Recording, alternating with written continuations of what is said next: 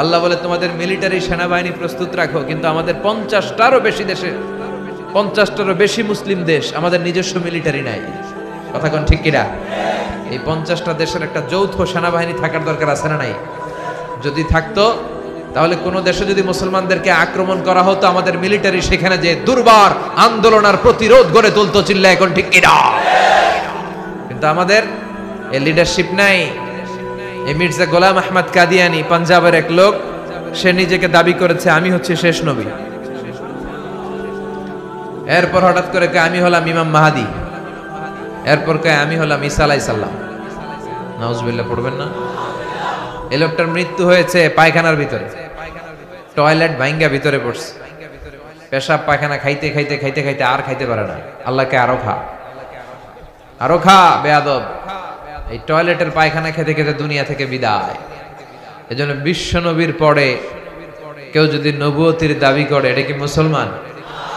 এগুলো কি ফতোয়া তো আপনারাই দিতে পারতেছেন। কারণ লা ইলাহা ইল্লাল্লাহ বললে মুসলমান হওয়া যায়?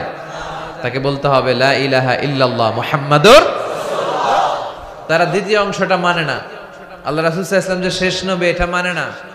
তো তারা এদেশে জন্ম, এদেশে হিন্দুরাও তো থাকে, বৌদ্ধরাও থাকে, তো ওদের থাকতে সমস্যা কি? কোনো সমস্যা নাই, থাকো, কিন্তু তোমরা বিশ্বনবী যে শেষ নবী এটা মেনে থাকো, যেহেতু মুসলমান দাবি করো। আর যদি না মানো তাহলে তোমরা কোন ধর্মের এটা জাতির কাছে স্পষ্ট করে দাও, নিজেদের অবস্থানকে স্পষ্ট করো। কথাবার্তা ক্লিয়ার না সব? মুসলমান হলে ইসলামের নিয়ম মানতে হবে, নতুন কোন নিয়ম ইসলামের ভেতরে ঢোকানো যাবে। তাহলে যে বিশ্বনবী বললেন নতুন নতুন নবী দাবিকারী লোকজন সমাজে বেড়ে যাবে, এই আলামতটাও আছে না নাই? এরপর বিশ্বনবী বললেন কাসরাতুল হারাজ, কিয়ামতের আগে হারাজ বেড়ে যাবে। সাহাবীরা বললেন ওয়ামাল হারাজু ইয়া রাসূলুল্লাহ, হে আল্লাহর রাসূল সাল্লাল্লাহু আলাইহি ওয়াসাল্লাম হারাজ কি? বিশ্বনবী বললেন হাদা হুয়াল হারাজ। কি বুঝলেন? ফাইট, কিতাল, মারামারি, ফায়ার, অন্যায় ভাবে মারা হবে। এই যে আজকে মারছেন একজন খ্রিস্টান লোক, 50 জন রে নিউজিল্যান্ডে শেষ করে দিল। বিষ্ণু বললেন কিয়ামতের আগে যিনি মারবে তিনি জানবেন আমি কেন মারলাম। এদেশেও অনেকে মারে, কেন মারে জানে না, কেউ উপরের নির্দেশ আছে না নাই? আর যারে মারা হলো সেও জানে না আমি কি অপরাধে মরলাম, কেন গুম হইলাম, কেন ক্রস ফায়ারে পড়লাম আমি জানি না।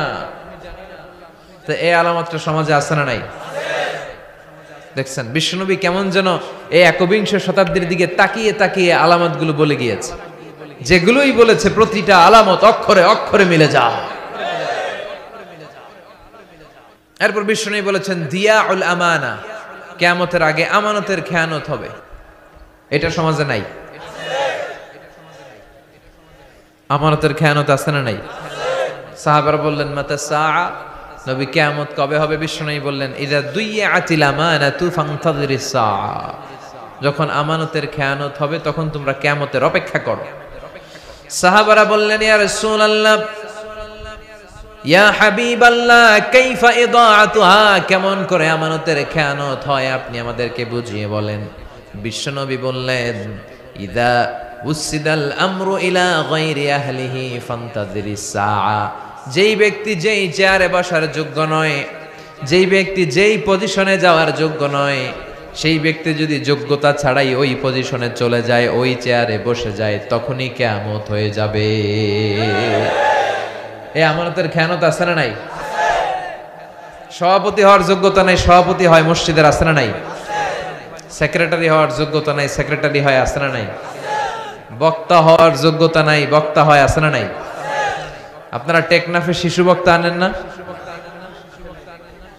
হ্যাঁ, 36 ইঞ্চি 28 ইঞ্চি বক্তা,